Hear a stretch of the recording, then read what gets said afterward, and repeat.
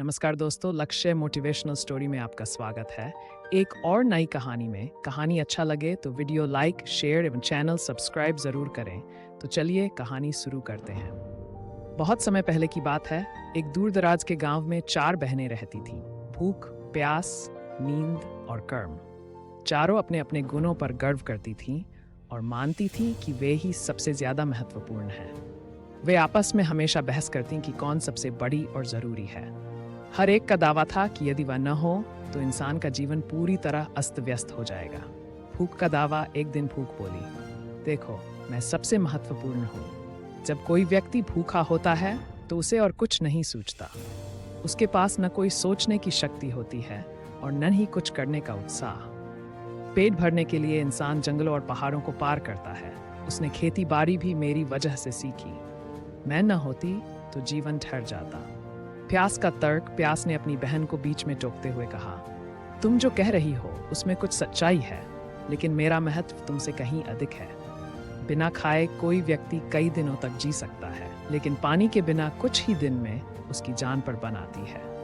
जब प्यास सताती है तो इंसान का ध्यान केवल पानी की तलाश पर होता है। मेरी वजह से ही उसने नदियों, कुओं और झीलों की खोज की। सच तो यह है कि मैं ही सबसे महत्वपूर्ण हूँ।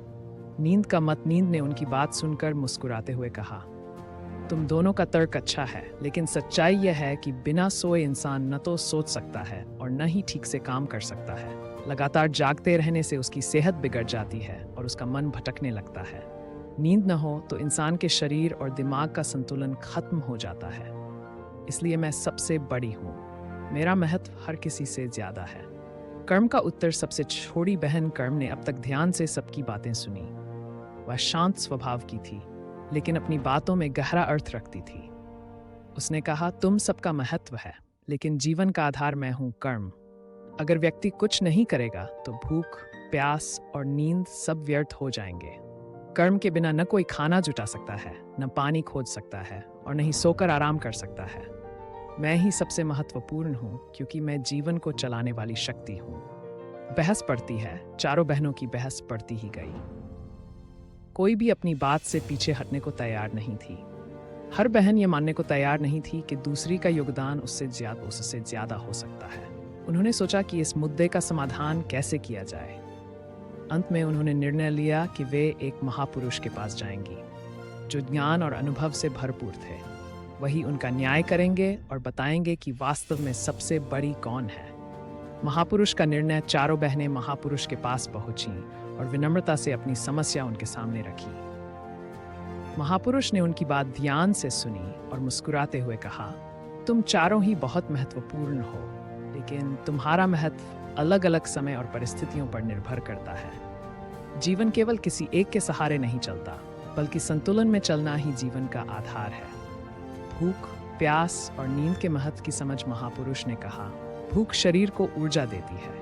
अगर व्यक्ति को भूख न लगे तो वह भोजन के महत्व को नहीं समझेगा और शरीर कमजोर हो जाएगा। प्यास हमें याद दिलाती है कि शरीर को तरल पदार्थों की आवश्यकता है। प्यास ही है जो हमें पानी की खोज में लगाती है और हमारे शरीर का संतुलन बनाए रखती है।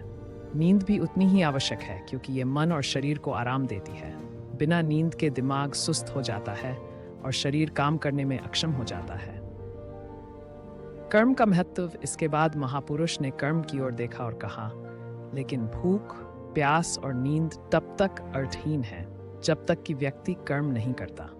यदि कोई व्यक्ति कर्म नहीं करेगा तो न वह भोजन जुटा पाएगा, न पानी और न ही सही समय पर आराम कर पाएगा। कर्म ही वह माध्यम है जिससे इंसान अपने जीवन को बेहतर बनाता है और अपनी जरूरतें पूरी करता है। इसलिए कर्म का महत्व सबसे अधिक है, लेकिन यह भी ध्यान रखना जरूरी है कि सही दिशा में कर्म किया जाए। बिना सोचे समझे किए गए कर्म का कोई अर्थ नहीं होता। चारों बहनों का आत्मबोध। महापुरुष की बातें सुनकर चारों बहनें चुप हो गईं। वे समझ गईं कि उनमें से कोई भी अकेले सबसे बड़ी नहीं है। जीवन में सभी का अपना अपना महत्व है और संतुलन से ही जीवन सही दिशा में चलता है। भूख, प्यास, नींद और कर्म ने तय किया कि अब वे आपस में कभी नहीं लड़ेंगी, बल्कि मिलकर काम करेंगी, ताकि इंसान का जीवन सुखी और संतुलित बन सके। सीख। इस कहानी से हमें यह महत्वपूर्ण सीख मिलती है कि जीवन के हर पहलू का अपना महत्व है। भूख, प्यास, नींद और कर्म सभी का संतुलन जरूरी है। केवल कर्म करते रहना पर्याप्त नहीं है। इसके साथ शरीर और मन की जरूरतों का ध्यान रखना भी जरूरी है। जीवन की सुंदरता और सफलता तभी संभव है